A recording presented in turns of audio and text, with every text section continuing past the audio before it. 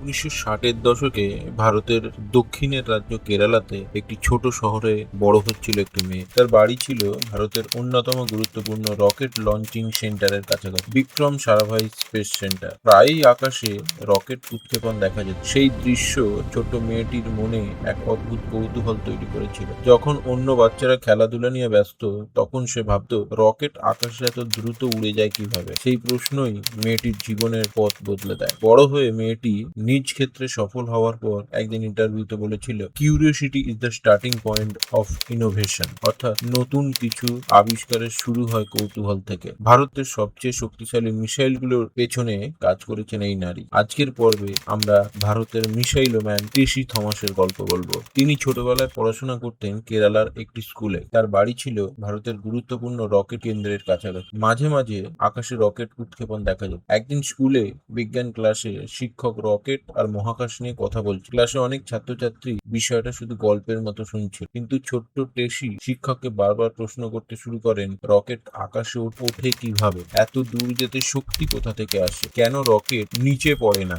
শিক্ষক অবাক হয়ে গেছিলেন, কারণ সাধারণত এই ছোট্ট বয়সে এত গভীর বিজ্ঞান ভিত্তিক প্রশ্ন কেউ করে না। সেদিন শিক্ষক তাকে বলে, যদি তুমি এইভাবেই প্রশ্ন করতে থাকো, একদিন তুমি বড় বিজ্ঞানী হয়ে উঠতে পারবে। বছর কয়েক পরে সেই কথাই যেন সত্যি হয়ে যায়। তাই ছোট্ট মেয়েটি বড় হয়ে ভারতের প্রতিরক্ষা গবেষণা সংস্থা ডিফেন্স রিসার্চ অ্যান্ড ডেভেলপমেন্ট অর্গানাইজেশনে যোগ দেন এবং ভারতের বিখ্যাত অগ্নি-5 মিসাইল প্রোগ্রামের নেতৃত্ব দেন। আজ তাকে সারা বিশ্ব চেনে missile woman of India. DRDO তে কাজ করার সময় তিনি ভারতের বিখ্যাত মিসাইল প্রোগ্রামের সঙ্গে যুক্ত হন। এই প্রোগ্রামের অন্যতম পথপ্রদর্শক ছিলেন ডক্টর এপিজে আব্দুল কালাম, যাকে আমরা মিসাইল ম্যান অফ ইন্ডিয়া বলে জানি। তার নেতৃত্বে অগ্নি সিরিজের মিসাইল তৈরি হতে শুরু করে।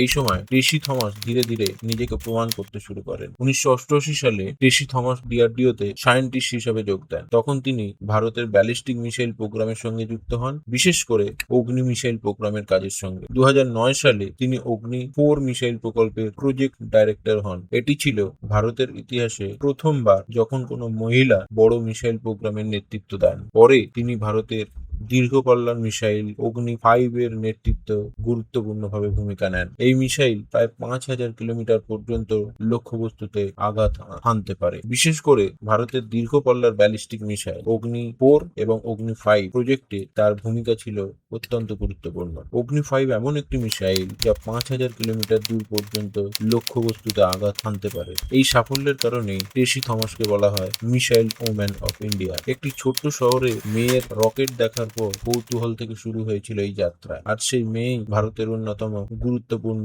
প্রতিরক্ষা বিজ্ঞানী। টেসি থমাস ছাত্রদের প্রায়ই বলেন, dream big and work hard to achieve it. অর্থাৎ বড় স্বপ্ন দেখো এবং সেটা পূরণ করতে কঠোর পরিশ্রম করো। তিনি প্রমাণ করেছেন যে স্বপ্ন আর কঠোর পরিশ্রম থাকলে যে কেউ আকাশ ছুঁতে পারে। এই কারণেই তিনি আজ মিসাইল ওম্যান অফ ইন্ডিয়া হিসাবে বিশ্বে পরিচিত হয়েছে। এমন আরো অনুপ্রেরণার গল্প জানতে চাইলে ভিডিওটি লাইক করুন এবং আমাদের চ্যানেলটি সাবস্ক্রাইব করতে ভুলবেন না।